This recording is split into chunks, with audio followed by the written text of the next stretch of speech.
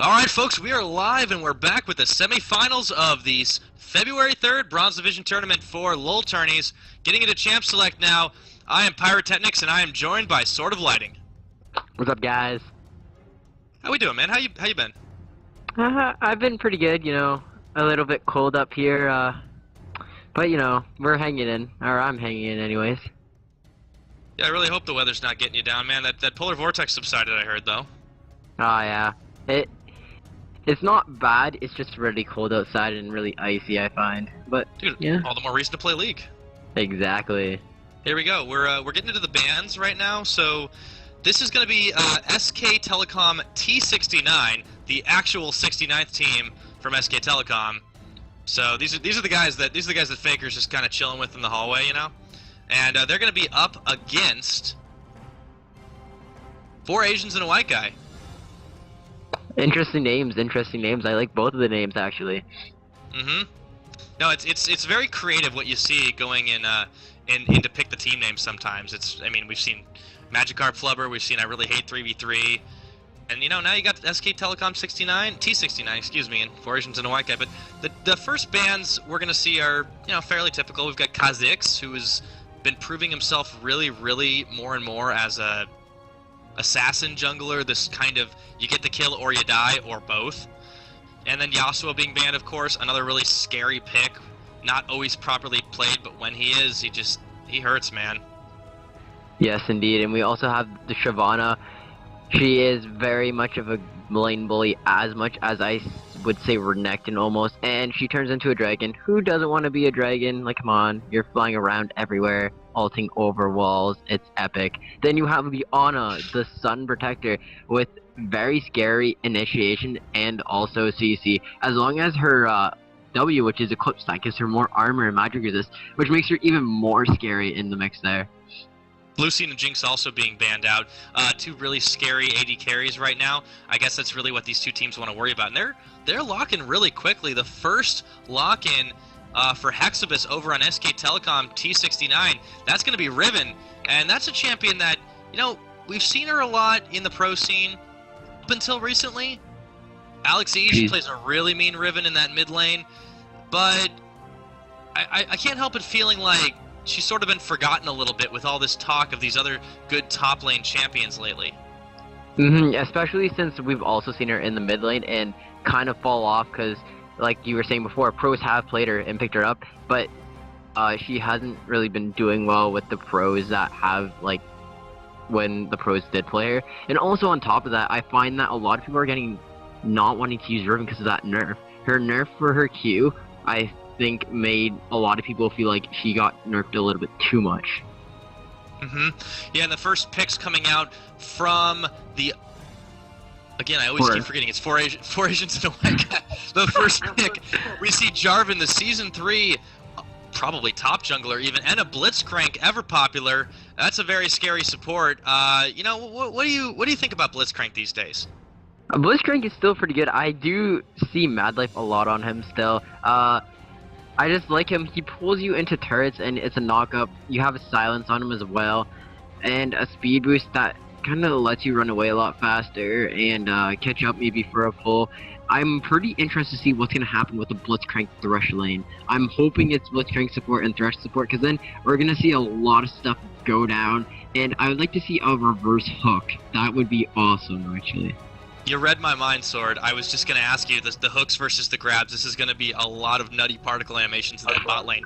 And we've also seen, might have been a bit of a mistake not to ban this, but Vi coming out, almost a permaban champion these days, as well as Vayne. We've seen Double Lift use that to great effect most recently in LCS, but Vayne, a very positional-based and situational champion. That Thresh Vayne bot lane could be a little scary, though.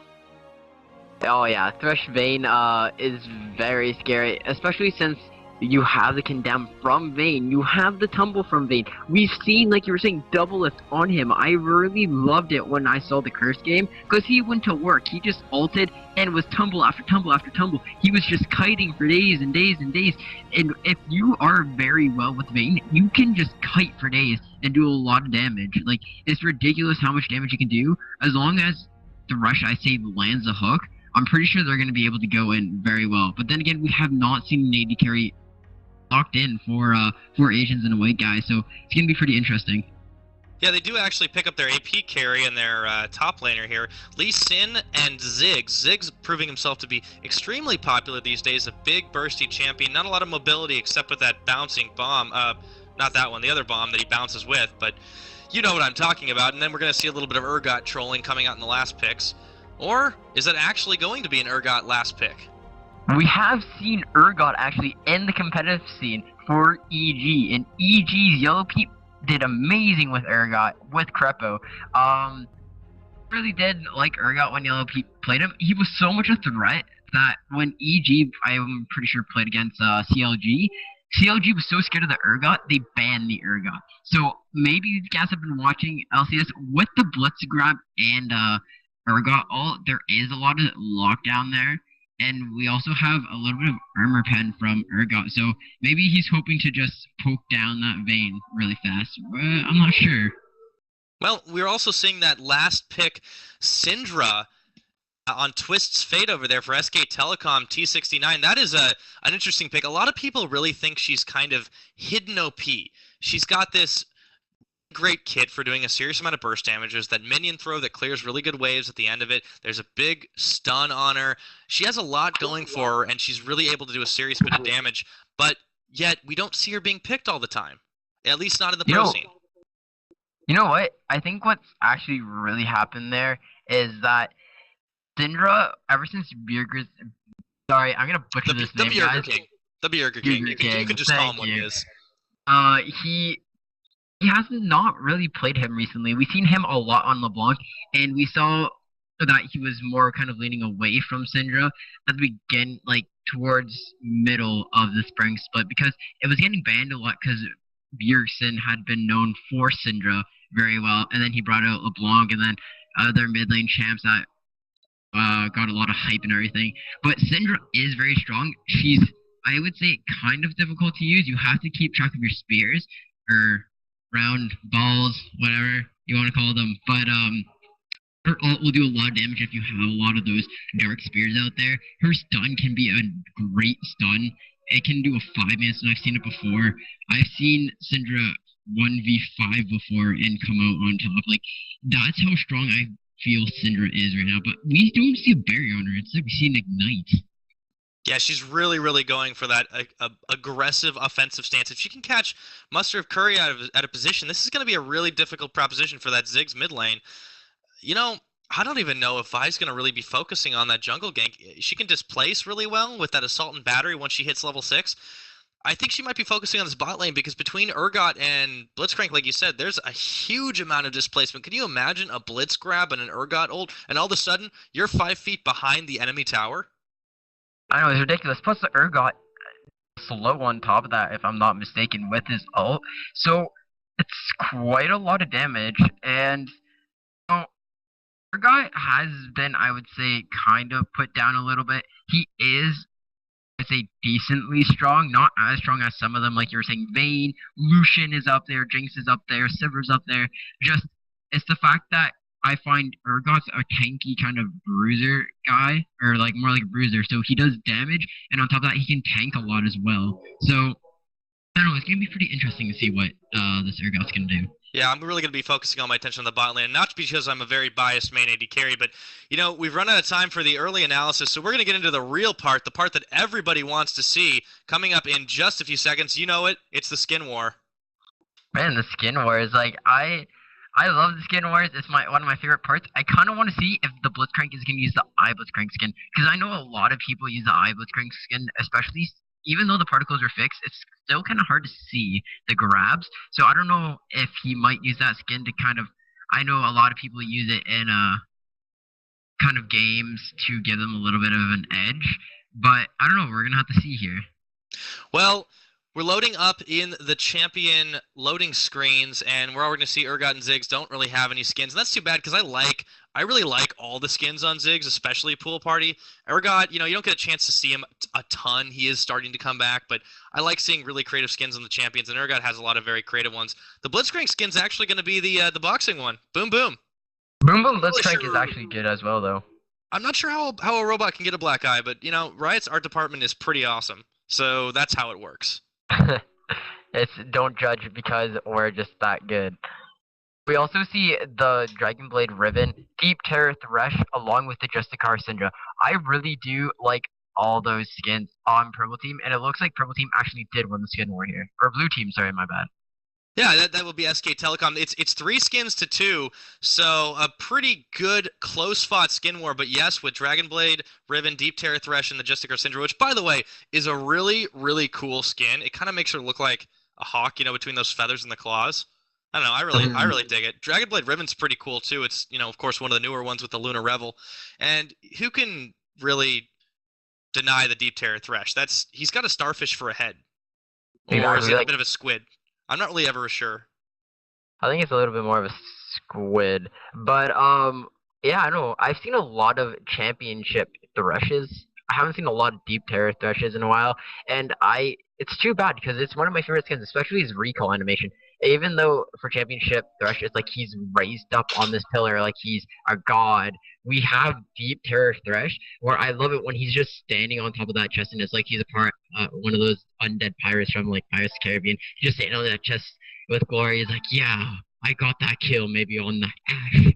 I got that. Not to neglect the Muay Thai Lee skin, also a very cool skin. He actually doubles in muscle mass for that particular picture. You wouldn't believe the amount of training it took him to get to that point. But we're loading into this game just now, and we'll see how this plays out. So here we go. This is the semifinals of the Bronze 5v5s tournament at Lil Tourneys. Yeah, I actually quickly want to touch on this.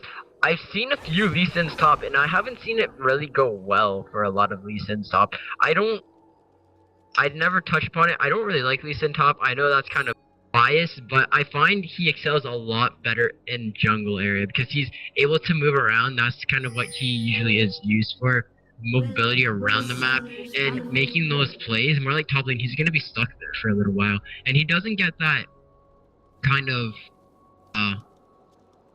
a lot of damage early. Like even though his Q is an assassination, once he gets his Arvinus Hydra, that's when he excels, compared to maybe going against a Riven right now.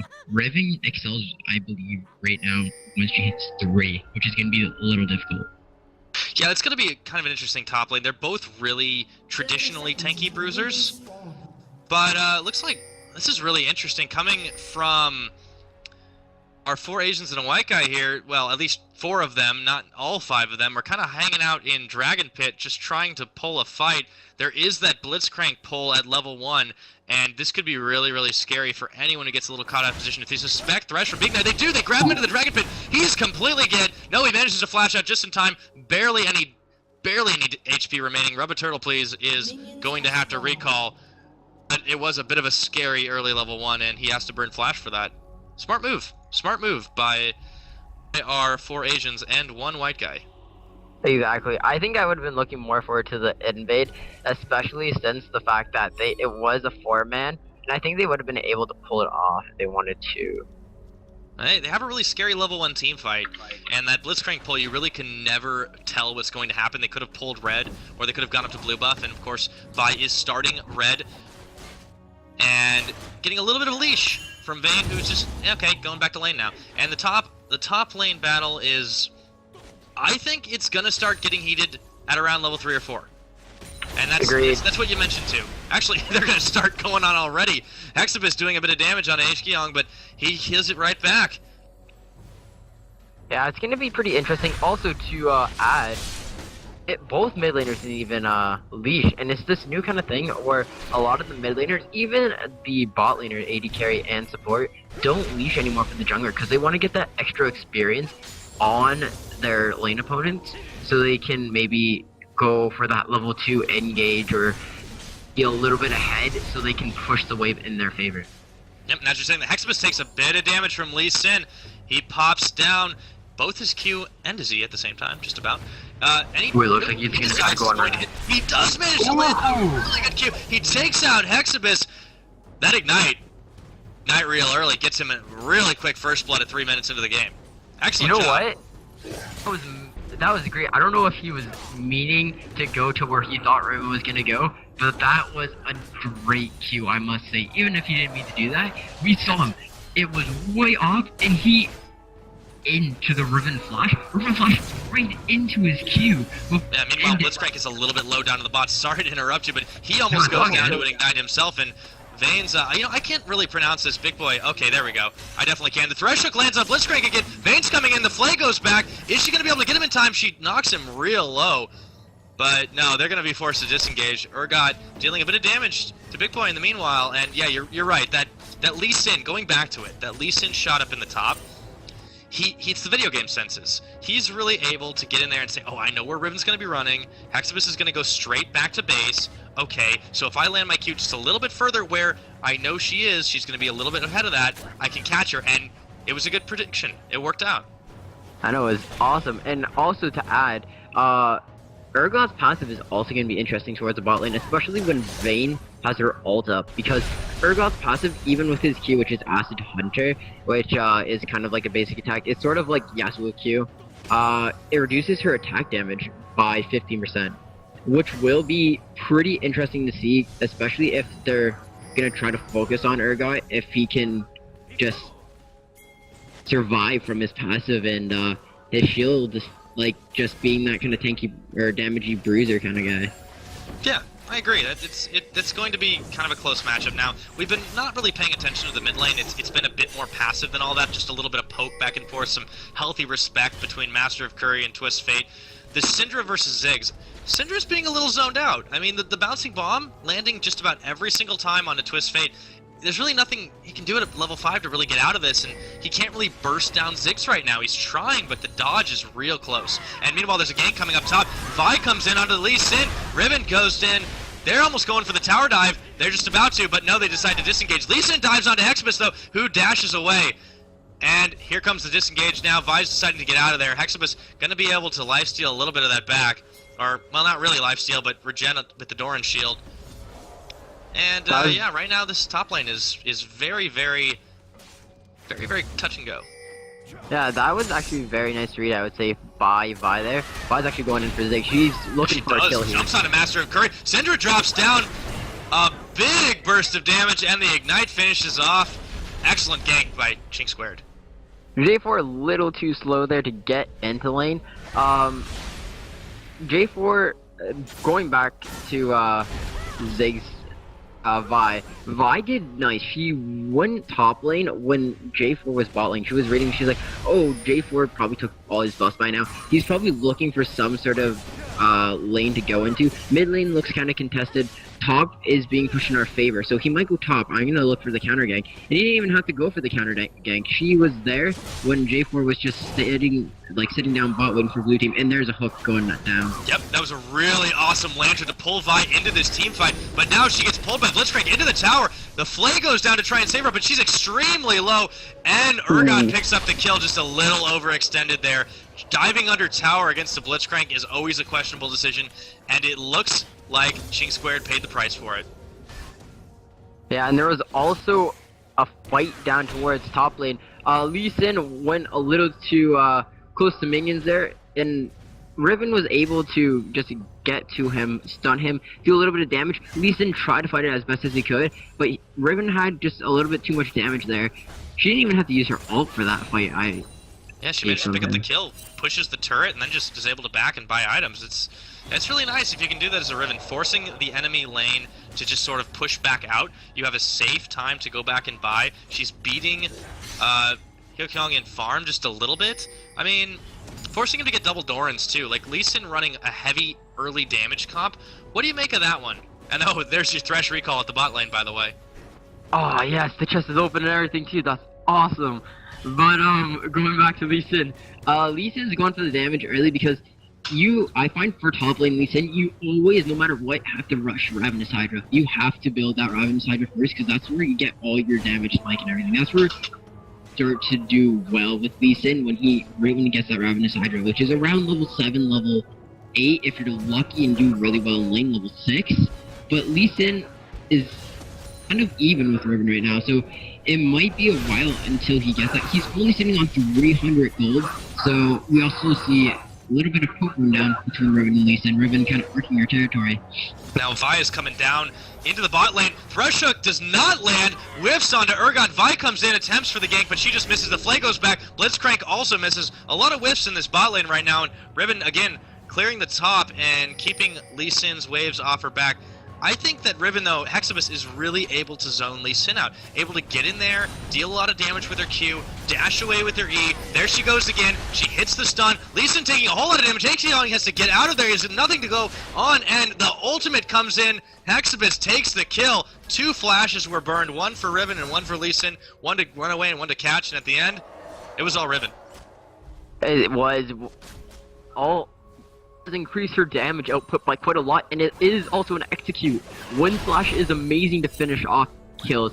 Lee Sin did not actually ult in that fight to kick Riven away and possibly give him a little bit of time to get away. I don't think he had any minions actually to W2 as well. He didn't have any wards in his inventory.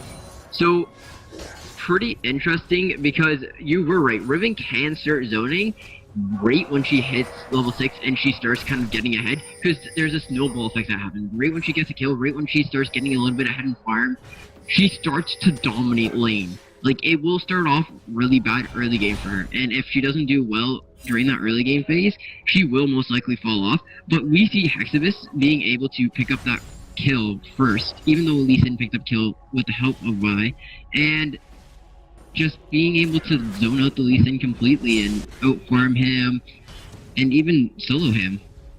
Yeah, no, it's really showing. Even the farm difference, the fact that Young has been able to just free farm for a minute or two, he's not able to keep up.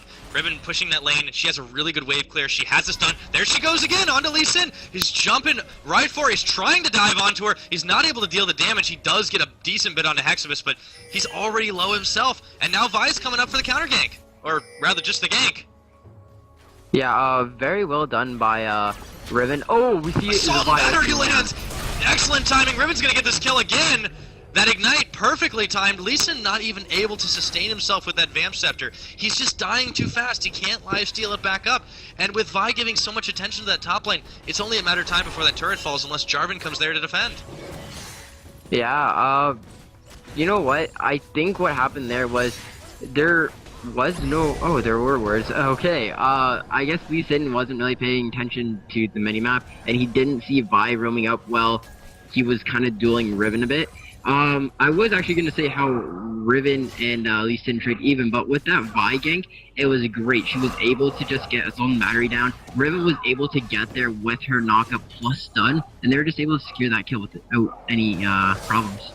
A lot more action on this top lane than there really has been in the bottom. It's sort of been a lot of love taps back and forth. The Flay comes in, you know, just a little bit of Blitzcrank trying to silence, and you know, neither of the junglers have really been rotating around to that bot lane for a while, and they both teams want Dragon. They've been pinging for it, but they really haven't been able to get the positioning. So really, they're just pushing out. Summoner DJ and High Cooper just kind of like, hey, yeah, we can be out now that we push this lane. Big Boy and Rubber Turtle, they're just kind of hanging out there, and you know. It's a very passive bot lane. I expect it to be a little bit more full of action, but you know, this top lane is really where it's at. HKyoung taking a whole lot of damage. That stun coming down. Jarvan comes in for the gank, but right now Riven pulls out the kill, and she's gonna be able to get away. Nope, never mind. Nope. I forgot all about Cataclysm. Jarvan picks that one up handily. It looks like Lee Sin was trying to bait that, and he baited that kind of well. Sadly, he was not able to escape. I still haven't seen Lee Sin use his ult yet. I really want him to use his ult, because I think what could have happened is Lee Sin actually could have probably ulted Riven towards J4, and then J4 could have cataclysmed and possibly did a little more. But I don't know. I feel like, or even knocked him into the tower. Exactly. But I don't know.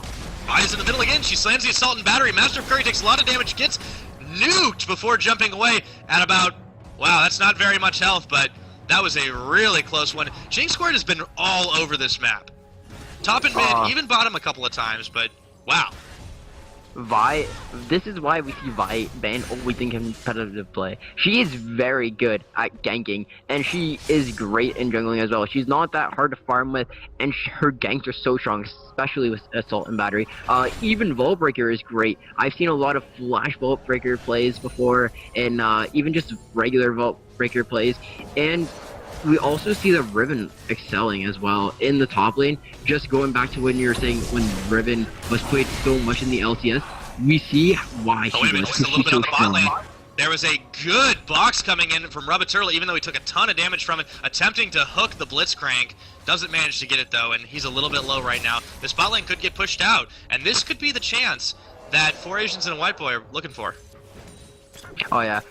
Quickly, actually, to look, we see Urgot's farm is 107 compared to Vayne's 61. We see how much Urgot is a problem. Like, yeah, we talk about how Urgot's not a strong pick and everything, and I know Vayne's kind of passive, but come on. With the Urgot E, where his Q can lock on, we see a blitz grab actually happening. Yeah, I mean, that's really, really forcing her away. There's a lot of pressure between the blitz grab, the Urgot potential to ult, that long-range poke that he has. Vayne's not really a long-range AD carry. She's really positionally dependent. She's great at chasing, but only if you're already ahead. And there's always that blitz pressure in the bush. So I think that is making the difference in farm right now. You know, she's not even able to get a Blade of the Rune King up just yet. Urgot is really, really close to getting a Bloodthirster. He's got 1 kill up, and that was thanks to that earlier attempted gank that Vi came in for. In fact, the one time Shing Square was not really able to get anything out of that. Bot lane might be where 4 Asians shined. Exactly, and then we also see Riven going around for the roam. Riven was trying to, I believe, roam into J4 and try to cut him off, and possibly, I don't know if he has red. Oh no, he does not. So maybe she was trying to go for I believe she was trying to go for Lee Sin J4 at his race, and she went into a little fight with J4. J4 just barely survived with his EQ combo. Ziggs had to peel off from his little poke war with Syndra just to make sure J4 could possibly make it out of there, because we do know Riven. Now, bot lane. We've got a bit of a drag there. Blitzcrank pulling in Rubaturtle. Nope, nothing. They're going to disengage. There was a summoner spell burnt there. That was exhaust, but nothing came of it. Rubaturtle takes a lot of damage, as he's been, but that's kind of what you want. You want your AD carry to be protected, and as a support, you want to be taking that. And, you know, this game is a lot closer than it might have looked. I mean, SK Telecom T69 has been doing really, really well on the screen. They've been winning these fights, especially up in the top lane, but the gold is actually in favor of 4 Asians. I mean, they're a little bit ahead. They've been farming better. Yeah, it's because of their farm. Yeah, we've seen SK T69 be making all these plays and doing so well in their lanes, getting kills, especially top lane. But we also see that in the bot lane, Urgot and Blitz have been able to zone out Vayne and Thresh so hard that Vayne can hardly farm. And then yeah, you there's just a bit see of a that. chase up in the top too. We've got Riven taking on J4, and of course we also see Vi taking on Lee Sin. The Assault and Battery lands, and Hexabus is gonna get the double kill. That ult from Riven, she's really gonna be the power. This is a bruiser match. Vi and Riven, the wombo combo in the jungle, and now Red Buff is all Ching squares. You know what? I believe that was very well played. They did know that they probably would come out on top because Vi did have her ult up. Even though Jarvan, I'm pretty sure, had Cataclysm up, it wouldn't have really done much because Lee Sin doesn't have a lot of damage. He still hasn't finished his Ravenous Hydra, mind you. And Riven has that Brutalizer. She has she has a pickaxe, and a Vampiric Scepter. So she is able to bring down a lot of damage, especially with her ult going down. Like I said before, it gives her extra AD. So she's able to do a lot more. Easily. Oh yeah. Oh yeah, I mean, she's way far ahead. She's been getting all those kills. Vi hasn't actually been taken a single one of them. She's only died once. She's gotten 3 assists, pretty much all for Riven there. And, well, there was one with Syndra, a couple with Syndra, but, you know, Riven has really been taking this. Lee Sin has died 5 times. He's managed to get 1 kill. That was thanks to that Jarvan gank. And the top lane is, you know, again, where SK Telecom is shining. The bot lane may be the opposite, but there really isn't an obvious kill spread like there is in the top. Now, Urgot does have his Bloodthirster, he does have boots too, Vayne does as well, but this comp is looking a little bit better poke-wise for 4 Asians, and you know, again, they have to run back, they're getting zoned out of farm. Vayne is down by about 60, but the top lane is all Riven, and she's, you know, she doesn't just have that turret, she's able to roam really freely now. Exactly, and we do see that I just want to point out, Ziggs has been bullying Syndra. I know we haven't really touched upon that mid lane that much, but he has been bullying Syndra out of lane. He's been poking at her like crazy, and we know Ziggs with a blue buff, even the Fiend's Unholy Grail, is enough for him. We see Syndra actually going for the Deathfire's Grasp, possibly trying to get a little bit more damage in before she can hit her ulti. Here comes Vi. She's going to be coming in. Master of Curry just gets a little bit too close. The Assault and Battery goes down. A big amount of damage just from Vi. Syndra, though, wasn't there. Twist Fate has to run back, pushing the lane now, and Jarvan is coming in to defend. Oh, but Warburst, the flash comes in, and Twist Fate picks up the kill, but is Jarvan going to be able to stop it? No, he's not. Ching Squared comes in for the defense, and this tower is going to take a lot of damage before, well, they just run away, actually. I thought they could take Jarvan, but they're playing very cautiously. SK Telecom is playing this really well. Yeah, we also saw a little bit of aggression towards top lane. We see how much Riven's able to burst down Lee Sin, and she just went to work Lee Sin super low, and we see Jarvan going in. Yeah, but he's gonna die even with the Cataclysm. Wow, Hexabus pulls off the double kill. Lee Sin melts like it was ain't no thing, and that Ravenous Hydra paying for itself right away. Lee Sin picks up his own, but it's a little too little, a little too late. Hexabus is gonna be able to push this top lane, no trouble. And meanwhile, down to the bot, we've got the other gank coming in. Vi able to zone Urgot just a little bit out. Blitzcrank gets knocked back into a condemn. The box comes down for Thresh. And right now, Blitzcrank trying to save Urgot. He goes down himself, but Vi able to get away with a decent little bit of health. And this lane's going to get pushed while Urgot is going to have to be backing to defend himself. I think right now this is SK Telecom's game. I agree with you completely here. It's looking like things are going into their favor. We saw early game they were a little bit like shaky. Lee Sin getting the first blood. Vi missing a few ganks. But we did see later on, towards the later bit of early game, that Vi has been making a lot of plays. And we've seen that Riven has been able to make a lot of plays herself towards that top lane. Even in the enemy jungle, we see her not even scared going into the enemy jungle anymore. But pretty much, I believe what happened there, bot, when Vi went in for that third, like, her third gank in a row, she went top, the jungle, mid, and then went bot. There was no wars in the river, so Urgot and Blitz didn't see anything coming. But now we see him having a Ruby Sightstone still, so it looks like he's a little more cautious about maybe pushing a little bit too ahead. Yeah, and you know, I want to touch a little bit on, you know, you were talking about the mid lane, how Ziggs was really able to bully Syndra just a bit. He was bursting them down, but there really wasn't the gank pressure from Jarvan. He was too focused on top lane, trying to defend from Riven, who's, by the way, pushing top really hard right now. And it really, the result was that Ziggs didn't get those kills. He got 2 deaths instead. Now Urgot gets taken down thanks to Vi, who now is coming in for the Assault and Battery on Blitzcrank. A big 4-man gank coming in, and Vi picks up the double kill. They're going to have a dragon for free now. There is absolutely nothing 4Asians can do about this. No, pretty much what happened there. Yeah. So pretty much what happened there was that Urgot and Blitz wanted that tower really badly. So they got the tower. Vi was right on the other side, just waiting for them to overextend a bit. We saw Urgot use his ult, and we saw Blitzcrank trying to go in for the knockup and everything on Vayne. Vayne tumbled towards the wall, flashed over it, and then we saw a switch.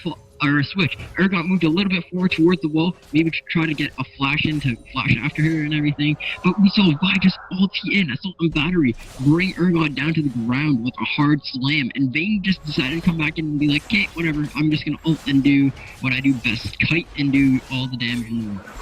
Well, that was the perfect positioning. It really, really worked out. And was that actually a 4-man gank? I thought I saw Syndra down there too. Yeah, Syndra decided to come down because Blitzcrank flashed away. I don't really think Syndra was needed, but what happened was Vi then vault break towards Syndra. Syndra queued and stunned right against the wall. It was perfect synergy with SKT69 there. And I feel like there's a little bit miscommunication between Purple Team. Yeah, they've been having a little bit of trouble, but, you know, Vi's been really causing those disruptions. And now up in the mid lane, Lee Sin falls to that Ignite just barely. Twist Fate being able to get those little advantages and those little bit of kills, but the burst damage is just way too much. And Lee Sin, even though he's supposed to be a bit of a tanky bruiser, building all damage, that's a disadvantage. You can get killed really quickly, especially to an AP carry like Syndra.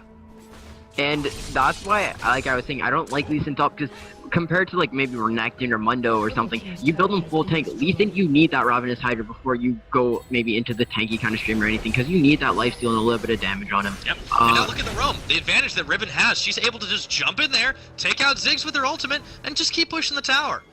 There's no stopping Hexibus right now. 10, 3, and 0. Legitimately fed. Leading heavily in farm. Has a Last Whisper. Has a Ravenous Hydra. Even surrounded by enemies. We see the 4-man gang going down as well, though. Yeah, and Vi comes in to defend this. Even with the exhaust. Assault and Battery lands on the Jarvan. Vi's gonna have to get out of there. Twist Fate comes in to defend this. A little bit out of position, though, and he's a little too squishy. He's gonna go down just barely, but they're gonna pay for this because Thresha comes in. Lee Sin just flashes out in time. Urgot gets out of the way, but there we go. Vayne chases down Summoner DJ, and that's a good shot, but loses her life because of it, thanks to that Urgot ultimate. Very well timed, and a very, very good trade for 4 Asians and a white guy. That was probably the first team fight that has gone their way the entire game. Oh yeah, for sure. Vayne overextending a little bit. I don't think it was worth for the Blitzcrank. We see the Blitzcrank is 0-3-1. He is not worth a lot of gold, and Blitzcrank is just able to pick up on Vayne's here out of position and ult. That's what he's good for. Ulting into turrets, ulting to maybe get somebody out of position, and that's kind of why I like Urgot a little bit as an AD carry. He is a little bit tanky, and he doesn't care if he switches to kind of help out his team a little bit. Like you were saying before, Syndra was out of position there. Yes, she was, I believe, able to get a kill there and get a stun off for Riven to stay alive. But she did get out of position, shutdown gold awarded, I believe, to Ziggs. And yeah, I was hoping for a Cataclysm actually in that fight under tower, but purple team was smart enough, or sorry, blue team was smart enough, which was T69, not to go near that turret because of that Cataclysm, the grab, the Dragon Rage towards the tower. Like all the kind of knockbacks and pulls and lockdown that purple team has, they're very cautious about it. They're always aware of like what to do, even if it looks like team fight's going in their way. Yeah, but at the end, SK Telecom's still controlling this map. They pull in Jarvan with a nice death sentence and the flay. Blitzcrank though grabs onto Thresh, who takes a bit of damage, and the Ziggs ult comes in, dealing a fair amount to all the clumped up champions. This team fight is a little bit hectic, but Vi comes in, lands the Assault and Battery, manages to pull off the kill, but is this worth it for Ching Squared? He's kind of doing a fair bit of damage. No, he's able to get out of the way there, and Rubber takes a lot of damage. He's going to have to back, being really, really careful not to die. So far, they've gotten 2 for none, and they want to keep it that way, and they're going to be able to rotate towards Dragon after this push, but Riven, Hexibus keeping this pressure on the top. That's the champion that 4 Asians and a white guy really need to watch out for. That's the one that has 10 kills, and Riven is real scary. With a minute and a half to go until Dragon, I think it's only a matter of time before this gold lead starts widening. Exactly. We also see that she has her Last Whisper Brutalizer, and she's building towards a GA. I think she's ready to just backdoor the enemy base while her team groups up for a team fight. They can't deal with both of them. You have to send at least, I would say, 3 people minimum. Like 3 people minimum, like probably 2 of them dying from Riven. 5 people if you're lucky, yeah. So it looks like Riven's just looking. No. But then again, Riven is very mobile champ with her spells, so she doesn't really need the second tier boost until later on. Lee Sin is also kind of in the same boat, but he's just dying so quickly it doesn't even really matter at this point. He's not able to afford it. The farm at the top lane really in Riven's favor. There's a little bit of a push towards the mid lane. We've got 4 of 4 Asians just kind of pushing onto that tower. They know they have to make something happen. They've only managed to get 1 tower this entire game, and with nothing but Rebel Turtle there to defend, at the moment, it's looking like they will get this tower, but here comes Vi and Vayne up at the top. She's going to jump in there. Not quite land the assault better, but there she goes onto Urgot. The box goes down. Urgot takes a ton of damage. Haiku BB melts to Ching Squared, and the focus onto Lee Sin and Blitzcrank. Ziggs gets away with nothing, but Blitzcrank a little bit in trouble having to run back the opposite way, and now SK Telecom T69 are on the push. I feel like that was a little bit too much damage, but I feel like 4 Asians and 1 white guy, or in a white guy, is kind of not playing the team comp right. With Blitz, yeah, he's awesome, he's great for pulling, but they're not a siege kind of team. They're more like a pick out kind of team. That's what the Blitz is mostly used for, to pick somebody out, and we see Riven actually pushing towards a inhib right now, and the rest of SKT69 looking for that mid as well, mid inhib. Yeah, now look at this. Hexabus is just being chased around by EXCH, just tilting down this inhibitor, and there's really nothing they can do about it. Hexabus is gonna take a lot of damage from all 5 of the enemy team, but look how low this inhibitor is. She might even be able to take it out after her GA procs, and nope, just barely saved, but it took all 5 of them to take her down. Meanwhile, Chink Squared picks up the dragon for free. They're being pressured by Big Boy, and he's gonna run away, knocking Lee Sin back, taking the best friend express from Rubba Turtle, and 1 death is a small price to pay for the immense amount of pressure that there was. And if there was a time to attempt to capitalize for 4 Aznz and a white guy, this is gonna be it, but they're so far behind right now. It's a 10k gold, 11k gold deficit. What can they do? What can they... Actually, we see a fight going down very beautifully in their favor. Vayne and Rubber Turtle get taken. That was good. That was a start. I think they can push 2 inhib turret for SKT, because the only person that's going to be up next is Riven. And she still has a little bit of... Well, she's scary. That was definitely a power play, but they're not fooling themselves. Right now, 4 Asians decide, okay, guys, we got to get out of here. Riven's up. If we're going to do something, we better do it now. They appear to be a little indecisive, just deciding to hit the recall in the jungle. They're pinging for Dragon. Well, actually, that's SK Telecom pinging for Dragon. Instead, they're just going to rotate around mid, but they're getting dangerously close to some of these powerhouses on SK Telecom T69. Chink Squared and Hexabus, forward line, and the biggest damage dealers in this game, really. Well, they're going to rotate back to their own base, and yeah, they decide really it's not worth it. But we do have a disconnect here, and the game is going to get paused.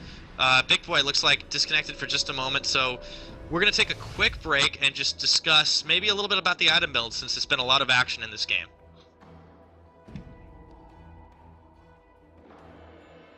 So, Sword, what we talked a lot about Riven. We've talked a lot about Lee Sin. What do you really make of what's been going on in the jungle? We have really similar builds here. Jarvan clearly playing a lot more defensively, but Vi getting a little more aggressive, and she's got the kills for us for it. So what do you think about that?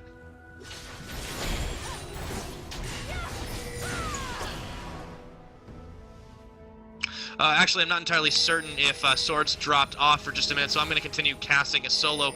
Now we are back into the action. So we're going to see a bit of a siege coming up here. Chink Squared and Twist Fader hanging out towards the front along with Hexabus and Rubba Turtle. They're going to be pushing on to this inhibitor turret, and they're going to say, all right, well, this is a little bit too well defended. We're going to push onto this lone inhibitor that's just barely hanging on by a thread up in the top lane. Rubba Turtle comes in for the big aggressive push, eats a lot of Ziggs bombs, throws the hook down, lands it onto Jarvan. ECXH able to take... Well, it was going to take some damage, but he doesn't really, because they couldn't quite get onto him. Now it's just sort of a poke where the Assault and Battery lands onto Haiku, but are they going to be able to take this team fight? Thresh lands his big box. HK Young taking a lot of damage. Twist Fate kills the Blitzcrank, and Hexabus really, really low. Knocks down the...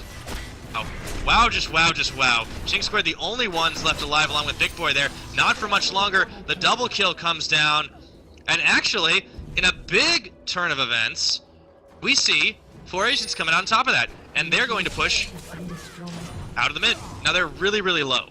They're extremely low.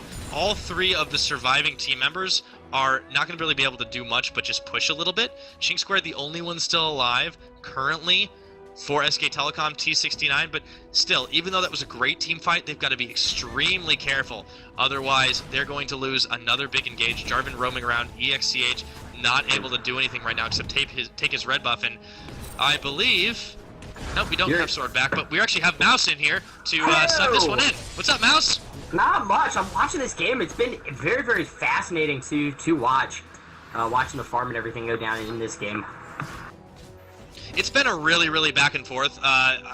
You've seen this very clear-cut advantage since about maybe the 20-minute mark, especially with Hexabus Riven pushing really, really hard and taking a lot of hits onto Lee Sin, forcing him back there, not letting him get a lot of farm. But that last team fight really turned it around. It really did.